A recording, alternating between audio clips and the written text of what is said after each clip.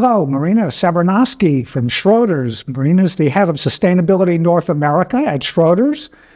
We do a lot of work together, right, Marina? And we're very glad to have you here at GreenFin 24 today. Tell us what you're doing here at the conference. Okay, thank you so much, Paul. Yeah, I know we're here to obviously see our friends and our clients and our partners.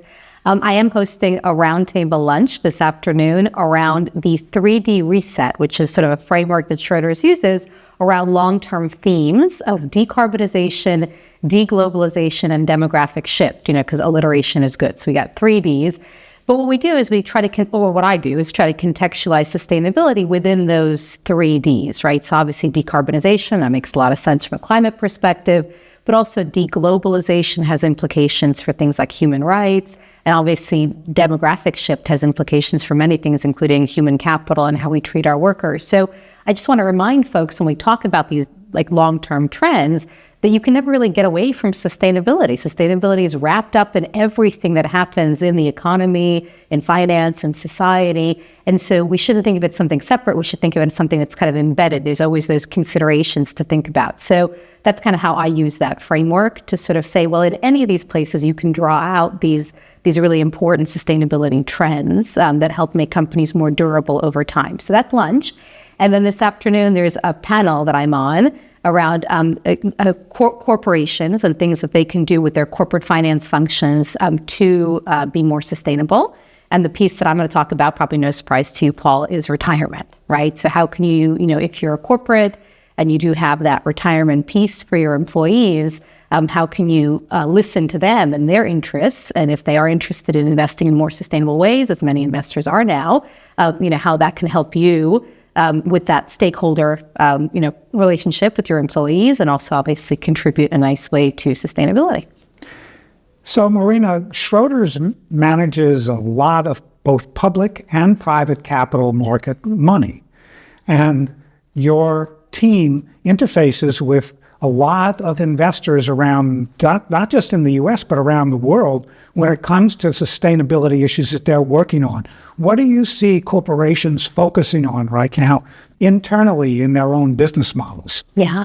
I think climate comes first. It comes first and second and third. I think in many cases for a lot of folks, certainly in other parts of the world, but really increasingly in the U.S. too. I think even despite some of the political debates or the stuff we see in the press, the reality is that most companies are really aware that we are on a decarbonization journey into the future. And these are companies that want to be in business for the next 50, 100 years. And so that's how they're thinking is about that future and how they're going to de-risk some of their business models, whether they're producers of fossil fuels, obviously, or big users of fossil fuels, because there's both a demand and a supply sort of part of this consideration. We are moving from, like oil and gas, to electrons, right? So one way or another. And so people are thinking about how that journey looks for them, that sort of transition risk. And then also physical risk. Again, I think we live in a world where it's very clear, like manifestly clear, that there are a big physical risks from climate change that we're all experiencing, companies and societies or across different nations. And so everybody's very conscious of that. What we've seen wrapped up more recently is kind of nature as not a separate category, but really wrapped into that consideration of climate. So corporates starting to have a chief nature officer, the way they've had a chief climate officer, and that person thinking about the use of resources and kind of ecosystem services, and again, kind of how companies think about that.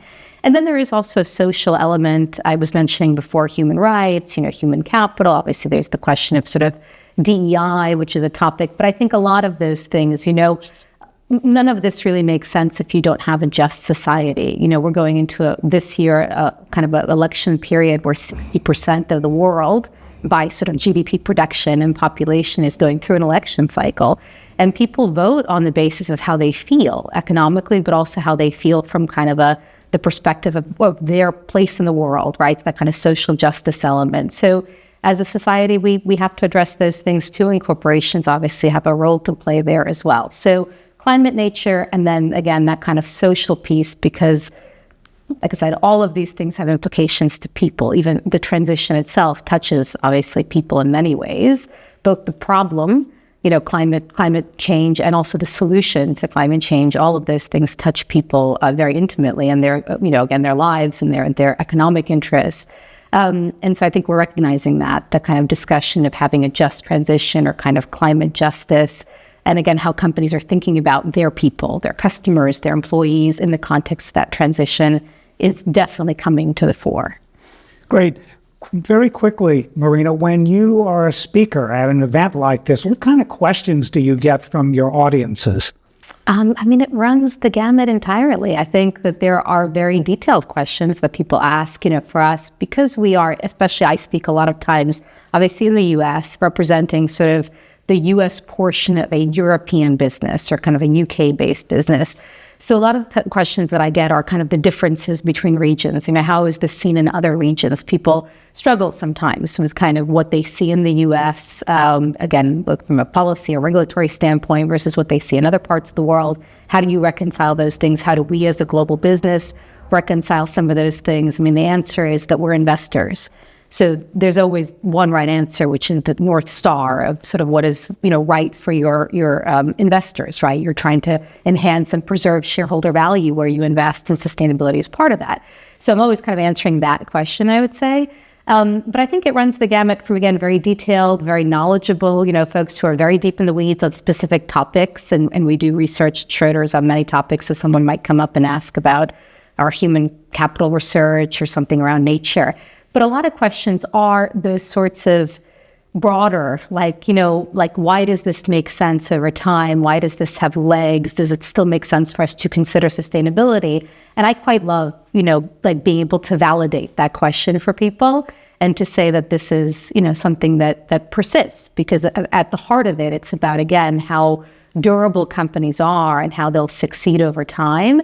And there's not one investor in the world who does not care about that when they invest in a company. So I love having that conversation too. Great. Well, thank you very much, Marina Severinovsky of Schroders. Thanks for stopping by. Marina is the head of sustainability in North America at Schroders, and I'm looking forward to our recorded session on Thursday. Me too. It's always great to see you, Paul. Thank you.